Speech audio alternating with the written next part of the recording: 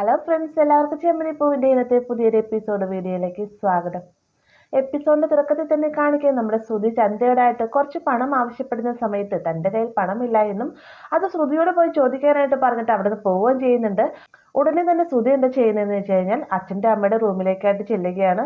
അച്ഛന് 1,00,000 രൂപ കിട്ടിയതാണ്, അത് അവിടെ എവിടെയെങ്കിലും കാണും, അതിൽ നിന്ന് കുറച്ച് പണം എടുക്കാമെന്ന് കരുതിക്കൊണ്ടാണ് ശ്രുതി റൂമിലേക്ക് ചെല്ലുന്നത്. പല സ്ഥലങ്ങളിൽ അത് അലമാരയിലും മേശയിലും എല്ലാം തന്നെ നോക്കുന്നുണ്ടെങ്കിൽ അവിടെ നിന്നൊന്നും പണം കിട്ടുന്നില്ല. അവസാനം കട്ടിൽ കിടക്കുന്ന രവിയുടെ ഷർട്ടിന്റെ പോക്കറ്റിൽ നിന്ന് 1000 രൂപ കിട്ടുകയാണ് കേട്ടോ.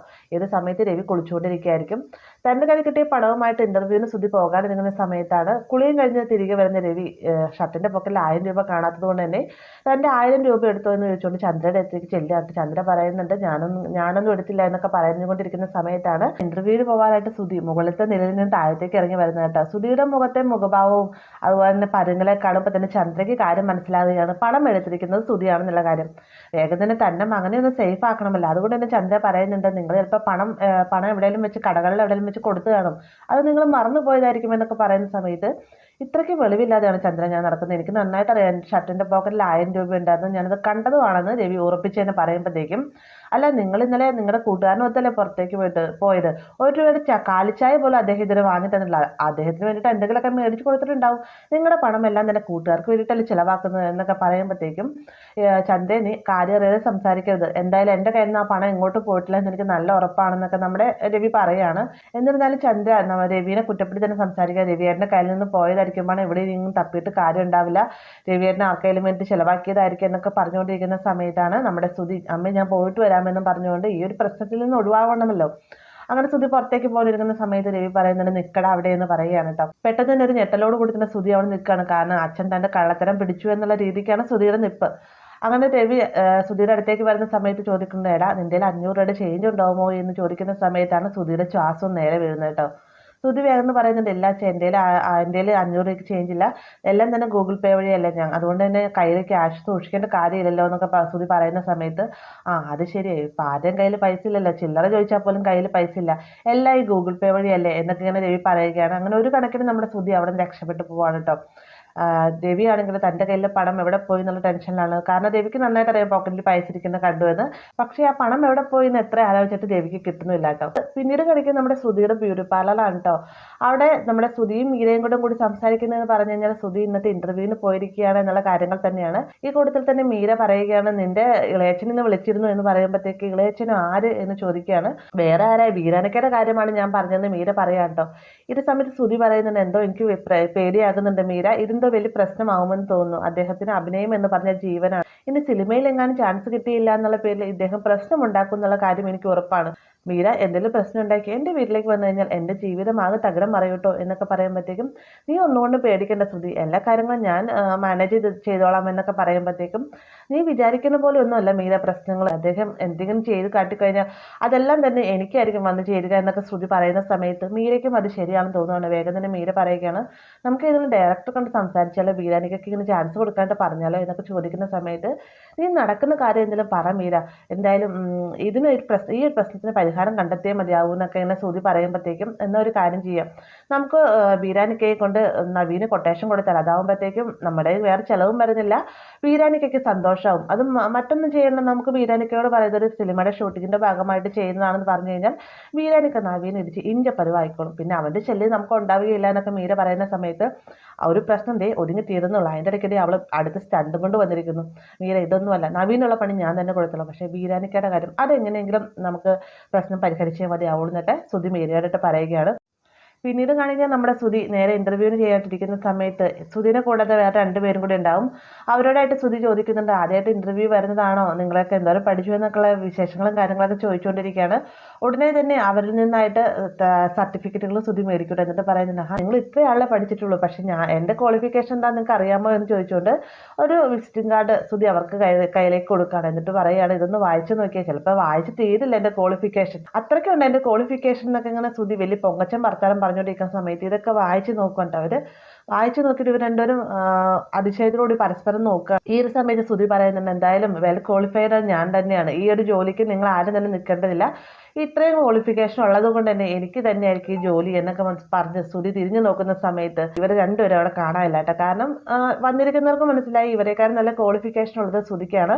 അതുകൊണ്ട് തന്നെ ജോലി സ്തുതിക്കാണ് ഉറപ്പ് എന്ന് മനസ്സിലായിക്കൊണ്ട് തന്നെ അപ്പം തന്നെ അവരവിടെ നിന്ന് പോവുകയാണ്. ഈ ഒരു സമയത്താണ് ഇന്റർവ്യൂ ചെയ്യാനായിട്ട് സുധീനെ അകത്തേക്ക് വിളിക്കുന്നത് കേട്ടോ. അകത്തേക്ക് ചെല്ലുന്ന സമയത്ത് സുധീർ സർട്ടിഫിക്കറ്റുകളൊക്കെ നോക്കുന്ന സമയത്ത് അവിടുത്തെ ഓഫീസർമാർക്ക് അത് ഭയങ്കര സന്തോഷമാവുന്നുണ്ട്. അവർ പറയാണ് ഇത്രയും ക്വാളിഫിക്കേഷൻ ഉള്ള ഒരാളെ തന്നെയാണ് ഞങ്ങൾ അന്വേഷിച്ചുകൊണ്ടിരിക്കുന്നത്.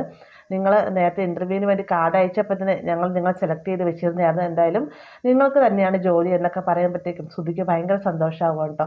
വേഗം തന്നെ ഇന്റർവ്യൂവിന് വന്നിരിക്കുന്നവരോടായിട്ട് സുധി പറയുന്നുണ്ട് എന്തായാലും എൻ്റെ ക്വാളിഫിക്കേഷൻ അനുസരിച്ച് നല്ലൊരു ജോലി കിട്ടി എനിക്കറിയാം. പക്ഷെ നിങ്ങൾക്ക് എൻ്റെ അത്രയും പോലും ക്വാളിഫിക്കേഷൻ ഉണ്ടാവില്ല. പക്ഷേ എൻ്റെ തലവര നിങ്ങൾക്ക് നല്ല കാലമായതുകൊണ്ട് നിങ്ങൾ ഈ ഒരു ലെവലിലെത്തി. പക്ഷെ ഞാൻ എന്തായാലും നല്ലൊരു ജോലി സമ്പാദിക്കുക തന്നെ ചെയ്യും. എന്തായാലും എന്നെ ഇന്റർവ്യൂവിന് സാർ എടുത്തല്ലോ, എൻ്റെ ജോലി എന്താണ്, എൻ്റെ സാലറി എന്താണെന്നൊക്കെ ചോദിക്കുന്ന സമയത്ത് സുധി ഇന്റർവ്യൂ അറിഞ്ഞുകൊണ്ട് തന്നെയല്ലേ എല്ലാം വന്നത്.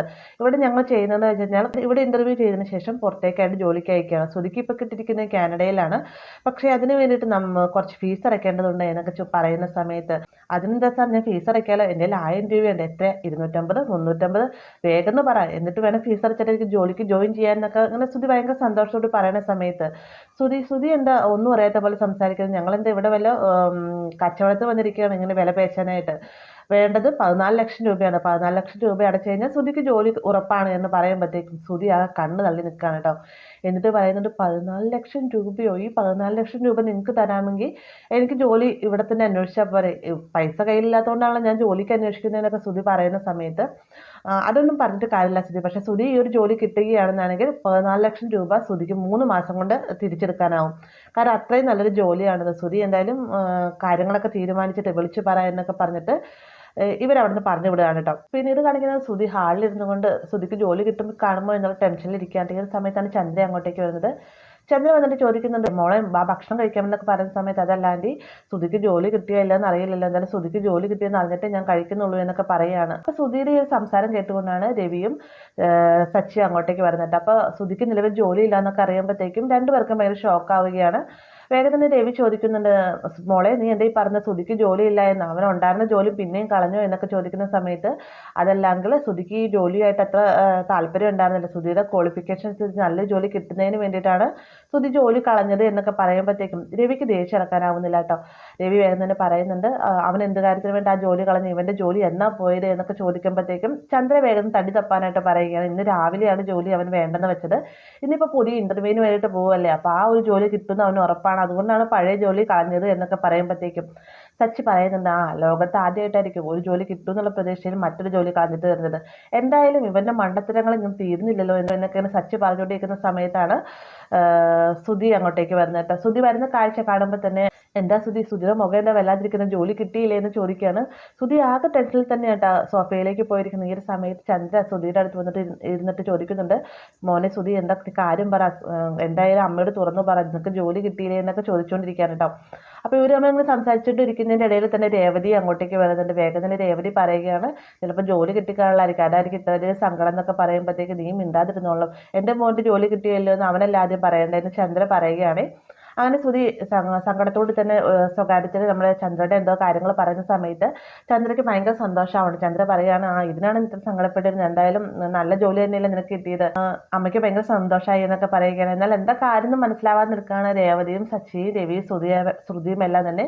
ഈ ഒരു സമയത്ത് വീണ്ടും മറ്റൊരു കാര്യം കൂടെ കൂടിയിട്ട് സുധി പറയുന്നുണ്ട്. ഇത് കേൾക്കുമ്പോഴത്തേക്കും ചന്ദ്രൻ നിലവിളിക്കാണ്ട് അയ്യോ ഞാൻ ഇതിന് വേണ്ടിയിട്ടാണ് എൻ്റെ മോനെ വളർത്തി ഇത്രയും വലുതാക്കിയത്, അവനില്ലാതെ എനിക്ക് പറ്റില്ല, അവൻ എന്നെ വിട്ട് പിരിഞ്ഞു കഴിഞ്ഞാൽ ഞാൻ എങ്ങനെ ജീവിക്കും, എനിക്ക് താങ്ങാനാവുന്നില്ല എന്നൊക്കെ പറഞ്ഞുകൊണ്ട് ചന്ദ്ര ഭയങ്കര കരച്ചിലും ബഹളമാണ് കേട്ടോ.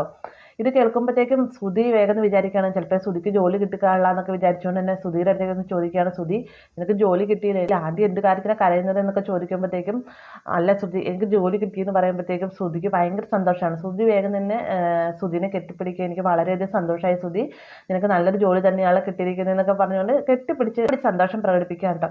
അതിനുശേഷം സുധിയോടായിട്ട് ചോദിക്കുന്നുണ്ട് എവിടെ ജോലി കിട്ടിയതെന്ന് ചോദിക്കുമ്പോഴത്തേക്കും എനിക്കൊരു കനേഡിയൻ കമ്പനിയിലാണ് ജോലി കിട്ടിയിരിക്കുന്നത്, പുറത്തേക്ക് പോകാനുള്ള ചാൻസ് ആണെന്ന് പറയുമ്പോഴത്തേക്കും വേഗം തന്നെ ചന്ദ്ര വീണ്ടും അയ്യോ എൻ്റെ മോൻ എന്നെ വിട്ട് പോവുകയാണല്ലോ എന്ന് പറഞ്ഞുകൊണ്ട് ഭയങ്കര കരച്ചിലാണ്. ഈ ഒരു കാഴ്ച കണ്ടുകൊണ്ട് എന്താണെന്ന് അറിയാതെ നിൽക്കുന്ന രവിയെയും സച്ചിയെയും കാണിച്ചുകൊണ്ടാണ് ഇന്നത്തെ എപ്പിസോഡ് അവസാനിക്കുന്നത്. വീഡിയോ ഇഷ്ടമായെങ്കിൽ ലൈക്ക് ചെയ്യാനും കൂടെ ചാനൽ സബ്സ്ക്രൈബ് ചെയ്യാനും മറക്കരുത്.